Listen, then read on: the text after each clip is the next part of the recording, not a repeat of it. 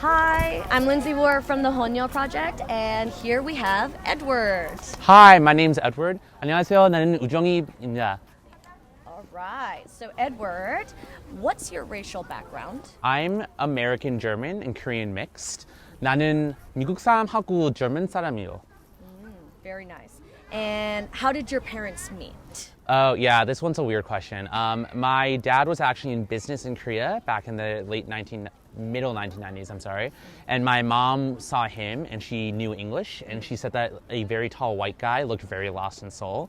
So she went up and just asked him if he needed help and directions, and that's how they ended up meeting, and the rest is history. 내 아빠가 한국에 비즈니스 있었어요. 그리고 나 아빠가 한국말 못해서 나 엄마가 봐서 거기에 나 아빠가 앞에 가고 뭐 한국말 하고 미국말도 했어요. Very nice. So she wanted to help out your dad. Yeah, she pretty did. much. Yeah, that's cute. All right. When and where were you born and raised? I was actually born in Seoul, Korea, and then I was raised in Seoul, Korea in 1994. 나는 서울에 태어나고 여기에서 살았어요. Very nice.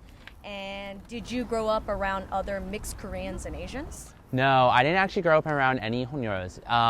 For the most of my life, I was the only mixed race Korean, both in Korea and back in the States where I grew up.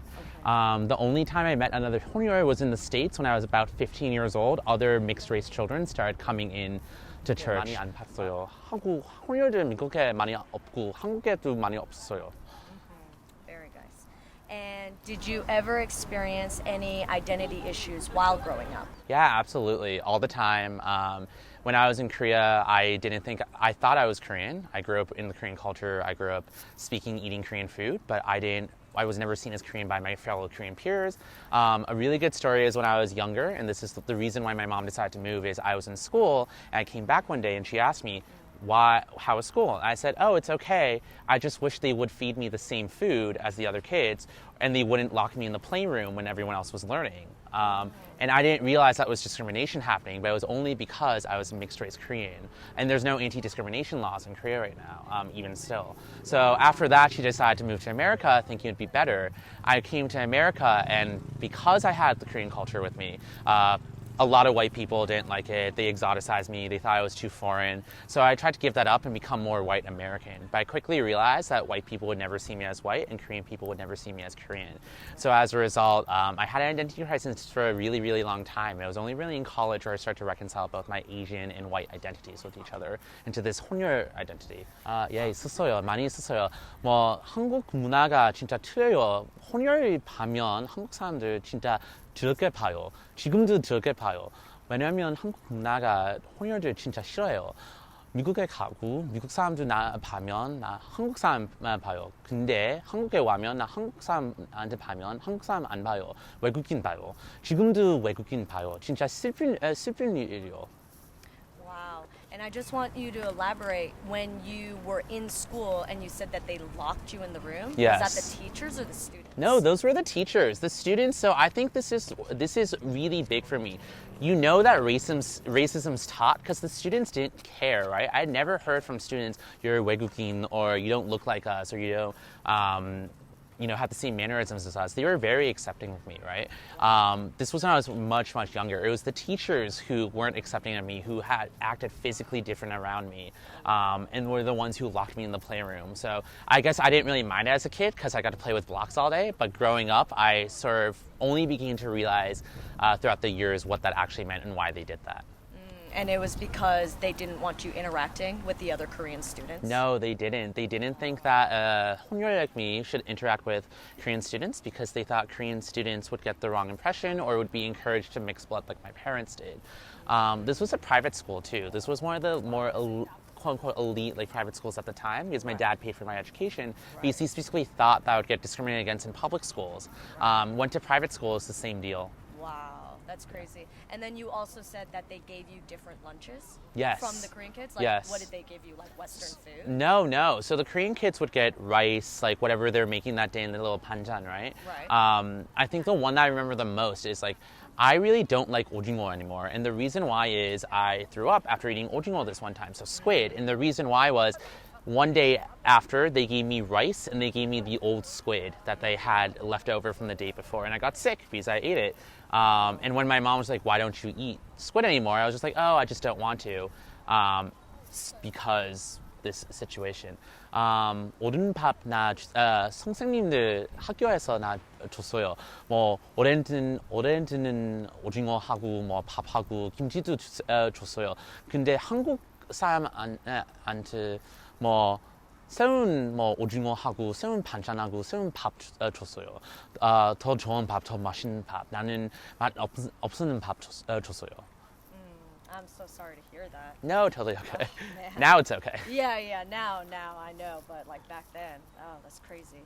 All right, so how well do you speak and understand Korean? Yeah, so Korean, I speak Korean with A1 fluency, so it's actually my first language. In a lot of ways, it's still my strongest language.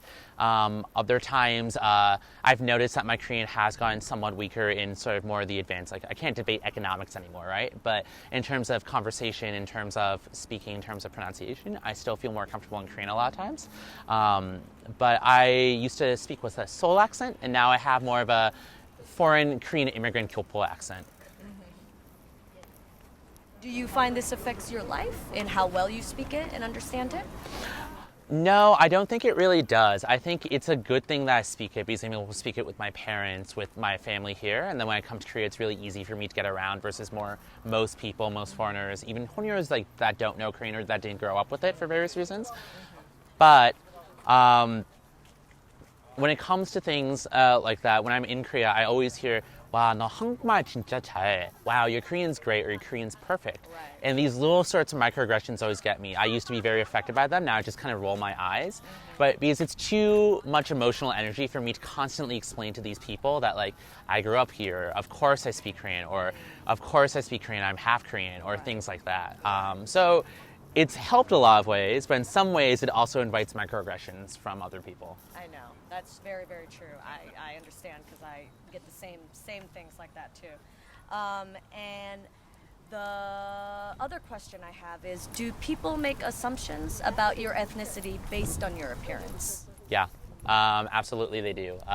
Sometimes I've gotten a lot of Latino for some reason. Really? Yeah, a lot of mixed race kids in the U.S. get Latino. I don't think I've I look. heard that. Yeah. I don't really get that either. I don't either, right? Yeah, So I don't see it. I get Latino. When Koreans look at me, they think foreigner, mostly white person. When white people look at me, they think Asian or foreigner.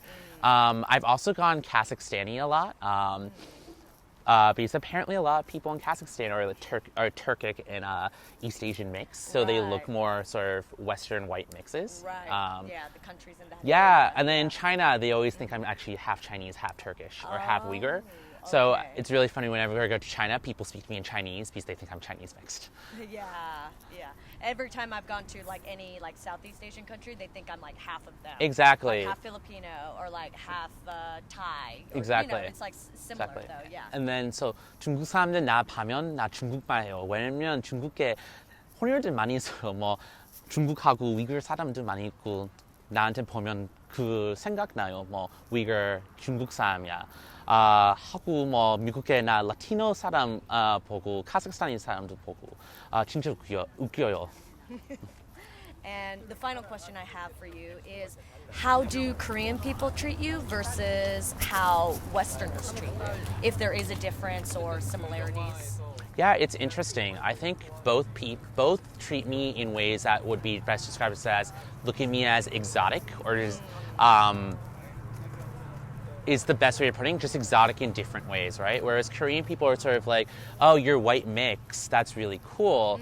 And they really want those sort of white features, Right. as long as they themselves don't have to mix race with someone else. Whereas Right. white people tend to be better about that, but they're more microaggressive with their racism. So in the West, it's a lot more microaggressions I deal with every day, versus in Korea, where it's more openly racist towards people like me. Because mixed blood people aren't really welcomed in Korea the way that they're sort of welcomed in the US, but even so, the US still has its own issues racially. Right. Yeah, sadly, but hopefully with this project, we hope to make it, more aware, and we hope to, bring exposure to the Honhyeols in Korea. Yeah, like absolutely. to Koreans and to just everyone in general. And I hope that this message gets out to everyone and opens up everyone's minds. Well, thank you so much for having me, and thank you so much for doing this project. It's a great project. Yeah, no, thank you, for coming out and talking with us. We really appreciate it. 너무 고마워요. 예, 고마워요. 반갑습니다. 야, 반갑습니다. All right, this is the Honhyeol Project. Thank you very much for listening. 예, 안녕히 계세요. 안녕히 가세요.